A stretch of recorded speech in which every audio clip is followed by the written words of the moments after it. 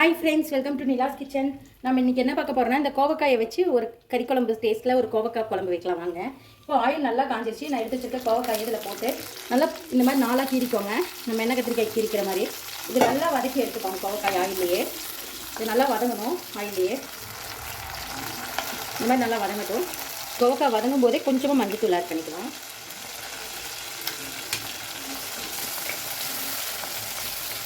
நல்லா வதங்கட்டும். ஆயிலில் இந்த மாதிரி வதக்கி தனியாக எடுத்துக்கணும். நல்லா வதங்கி வச்சு நான் எடுத்துக்கிறேன்.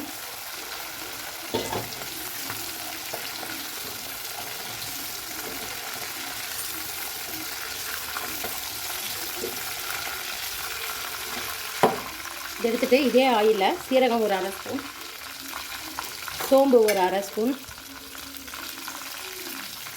கடுகு ஒரு 1/4 ஸ்பூன் போட்டுக்கலாம். நல்லா வெடிக்கிட்டோம். இது வெடிக்கும் போது ஒரு சின்ன வெங்காயம் ஒரு 10 வெங்காயத்தை அப்படியே முழுசாக எடுத்துருக்குங்க. இது நல்லா வெடிச்சிருச்சு. இப்போ சின்ன வெங்காயம் போட்டுக்கிறேன்.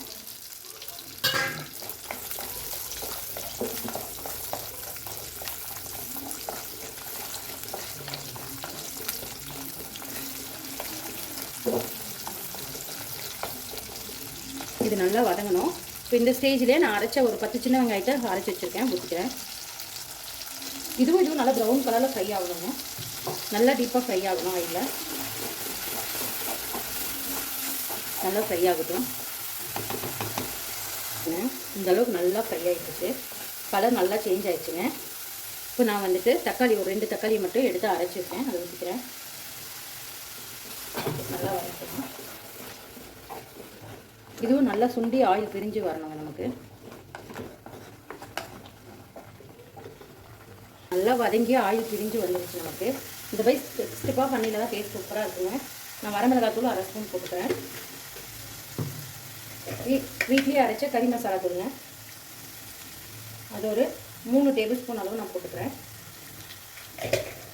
அவ்வளோதான், வேறு எந்த மசாலாவும் நம்ம ஆட் பண்ண வேண்டியதில்லை. இந்த மசாலாவை இதிலே நல்லா வதக்கிடுங்க. அதோட பச்சை வாசல்லாம் போயிடும். இந்த மாதிரி ஹீட்டில் வதக்கிட்டோம்னா பாருங்கள், பார்க்கவே எவ்வளோ சூப்பராக இருக்குன்னு. இப்போ நம்ம அந்த வதக்கி வச்சோம்லங்க, அதை ஊற்றிக்கலாம். அந்த கோவக்காயை போட்டுக்கலாம். இந்த மசாலாவோட நல்லா ஃப்ரை ஆகணும் கோவக்காய். பாருங்கள், இந்த மாதிரி நல்லா டீப்பாக ஃப்ரை ஆகணும். இப்போது நம்ம தேவையான அளவு தண்ணி ஊற்றிக்கலாங்க. தண்ணி ஒரு டம்ளர் அளவு தான் ஊற்றுறேங்க. அப்புறம் பார்த்துட்டு தான் ஊற்றிக்கலாம். இது நல்லா வேகணும் நமக்கு. பாருங்கள், பார்க்கவே எவ்வளோ கலர்ஃபுல்லாக இருக்குன்னு குழம்பு கிரேவி. தேவையான அளவு தண்ணி ஊற்றியாச்சு. இப்போ கல் உப்பு கொஞ்சம் போட்டுக்கலாங்க. நான் வந்து ஒரு அரை ஸ்பூன் அளவு கல் உப்பு போட்டிருக்கேன். கருவேப்பிலை கொஞ்சம் போட மறந்துட்டேன், அதையும் போட்டுக்கிறேன். குழம்பு எந்த அளவுக்கு நல்லா கொதிக்குது. ஸ்மெல்லே கறி குழம்பு ஸ்மெல் வருதுங்க. பாருங்க, இந்த அளவுக்கு நல்லா மிக்ஸ் பண்ணிக்கோங்க. கொஞ்சம் நல்லா வெந்து கொஞ்சம் சுண்டி வரணும் குழம்பு. எவ்வளோ சூப்பராக ரெடி ஆயிடுச்சு. அவ்வளோதாங்க, அருமையான ஒரு கோவக்காய் கறி குழம்பு ரெடிங்க.